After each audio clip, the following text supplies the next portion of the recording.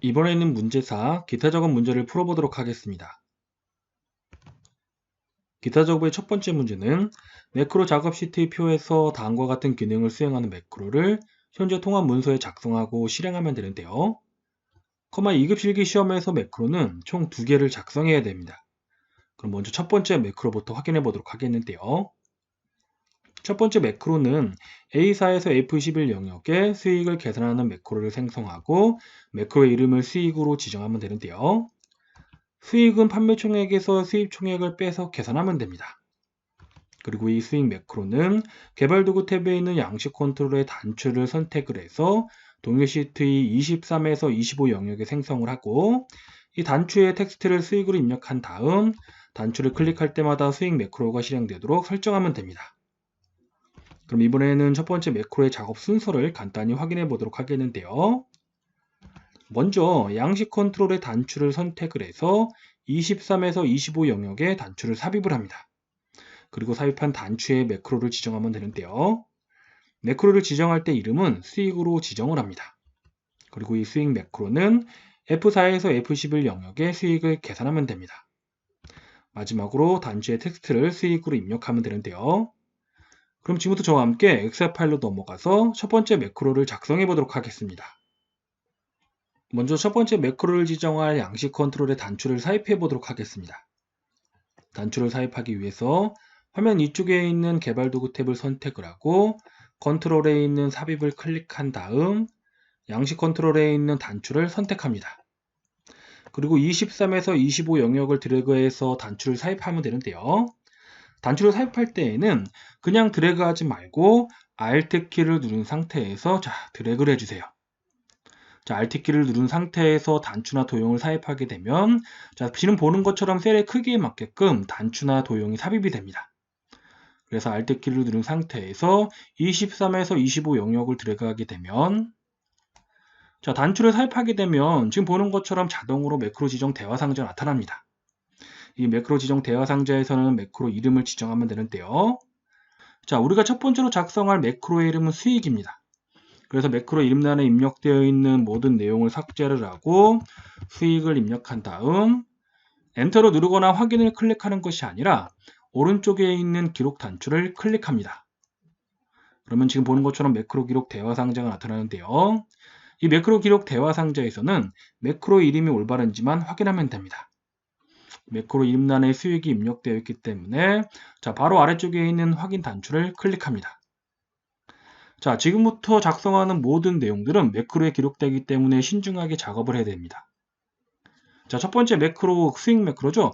이 수익 매크로는 F4에서 F11 영역에 판매 총액에서 수입 총액을 뺀 값을 지정해 주면 됩니다. 그래서 먼저 첫 번째 셀인 F4 셀을 선택을 하고 는을 입력한 다음 판매 총액을 클릭을 합니다. 그리고 마이너스를 입력을 하고 수입 총액을 선택한 다음 엔터를 눌러주게 되면 결과가 표시가 되는데요. 그냥 엔터를 누르지 말고 컨트롤을 누른 상태에서 엔터를 눌러줍니다. 컨트롤 엔터를 누르게 되면 지금 보는 것처럼 수식을 입력한 셀에 커서가 놓여지게 되는데요. 컨트롤 엔터를 누른 이유는요. F5에서 F11 영역에도 수익을 계산하는 수식을 입력해 줘야 됩니다. 근데 수식은 각각의 셀에 직접 입력해도 되지만 저는 채우기 핸들을 이용해서 수식을 입력하도록 하겠습니다. 이 채우기 핸들을 이용해서 수식을 입력하기 위해서 컨트롤 엔터를 눌러준 것입니다. 수익을 모두 계산했기 때문에 이제 매크로를 종료하기 위해서 이메일 셀을 하나 선택을 하고 다시 위쪽에 있는 개발 도구 탭을 선택한 다음 코드에서 기록 중지를 클릭합니다. 그러면 첫 번째 매크로를 모두 작성을 했습니다. 마지막으로 단추에 입력된 텍스트를 수익으로 변경해 보도록 하겠는데요. 단추를 마우스 오른쪽 버튼으로 클릭한 다음 바로 하기 메뉴에서 텍스트 편집을 선택을 합니다. 그리고 단추에 입력된 모든 내용을 삭제한 다음 수익을 입력을 하고 이메일 셀을 클릭을 해서 편집 상태에서 빠져나오면 됩니다. 지금까지 첫 번째 매크로를 작성해 봤고요. 다음으로는 두 번째 매크로를 확인해 보도록 하겠습니다. 그럼 이번에는 두 번째 매크로를 확인해 보도록 하겠는데요. 두 번째 매크로는 A3에서 F3 영역의 채우기 색을 표준색 주황으로 적용하는 매크로를 생성하고 매크로의 이름을 서식으로 지정하면 됩니다. 그리고 이 서식 매크로는 사각형에 있는 직사각형을 선택을 해서 동일 시트의 F13에서 F15 영역에 도형을 삽입을 하고 이 도형의 텍스트를 서식으로 입력한 다음 도형을 클릭할 때마다 서식 매크로가 실행되도록 설정하면 됩니다. 그럼 이번에는 두 번째 매크로의 작업 순서를 간단히 확인해 보도록 하겠는데요. 먼저 사각형에 있는 직사각형을 선택을 해서 F13에서 F15 영역에 직사각형을 삽입을 합니다. 그리고 이 도형의 매크로를 지정하면 되는데요. 매크로를 지정할 때 매크로의 이름은 서식으로 입력을 하고 그리고 이 서식 매크로는 A3에서 F3 영역에 채우기 색을 표준색 주황으로 지정하면 됩니다. 마지막으로 도형의 텍스트를 서식으로 입력해주면 되는데요. 그럼 다시 엑셀 파일로 넘어가서 두 번째 매크로를 작성해 보도록 하겠습니다. 먼저 두 번째 매크로를 지정할 직사각형을 삽입해 보도록 하겠습니다. 직사각형을 삽입하기 위해서 화면 왼쪽 상단에 있는 삽입 탭을 선택을 하고 일러스트레이션에 있는 도형을 클릭한 다음 사각형에서 직사각형을 찾아서 선택합니다. 그리고 역시 단추를 삽입할 때 마찬가지로 Alt 키를 누른 상태에서 F13에서 F15 영역을 마우스로 드래그해서 도형을 삽입을 해주면 됩니다. 자, 아까 단추를 삽입했을 경우에는 매크로 지정 대화 상자가 자동으로 나타났지만 도형을 삽입할 경우에는 아무것도 나타나지 않습니다. 그래서 수동으로 매크로를 지정해 보도록 하겠는데요. 자, 도형을 마우스 오른쪽 버튼으로 클릭을 합니다. 그리고 바로하기 메뉴 중에서 매크로 지정 메뉴를 찾아서 선택합니다. 그럼 지금 보는 것처럼 매크로 지정 대화 상자가 나타나는데요. 우리가 두 번째로 작성할 매크로의 이름은 서식입니다. 그래서 매크로 이름란에 입력되어 있는 모든 내용을 삭제를 하고 서식을 입력한 다음 오른쪽 끝에 있는 기록 단추를 클릭을 합니다. 그리고 매크로 기록 대화 상자에서 매크로 이름란에 서식이 올바로 입력되어 있는지 확인한 다음 확인 단추를 클릭을 해줍니다. 자, 두 번째 매크로인 서식 매크로는 A3에서 F3 영역에 채우기 색을 주황으로 지정해주면 됩니다. 그래서 지금 보는 것처럼 먼저 A3에서 F3 영역을 블록으로 지정한 다음 마우스 오른쪽 버튼을 클릭을 합니다. 그럼 위쪽에 미니 도구 모음이 나타나는데요. 이 미니 도구 모음 중에서 채우기 색을 클릭한 다음 표준색 주황을 찾아서 선택을 합니다. 그럼 지금 보는 것처럼 A3에서 F3 영역에 표준색 주황이 지정된 것을 확인할 수 있습니다. 채우기 색을 지정했기 때문에 매크로를 정리하기 위해서 다시 임의의 셀을 하나 선택을 하고 화면 위쪽에 있는 개발 도구 탭을 선택한 다음 코드에서 기록 중지를 클릭을 합니다. 그럼 이제 마지막으로 도형의 텍스트를 입력해 보도록 하겠는데요. 다시 도형을 마우스 오른쪽 버튼을 클릭한 다음 텍스트 편집 메뉴를 찾아서 선택합니다. 그리고 도형에 서식을 입력을 하고 임의의 셀을 클릭을 해서 편집 상태에서 빠져나오면 됩니다. 지금까지 저와 함께 두 개의 매크로를 작성해 보았는데요. 그럼 지금 작성한 두 개의 매크로가 올바로 실행되는지 한번 확인해 보도록 하겠습니다.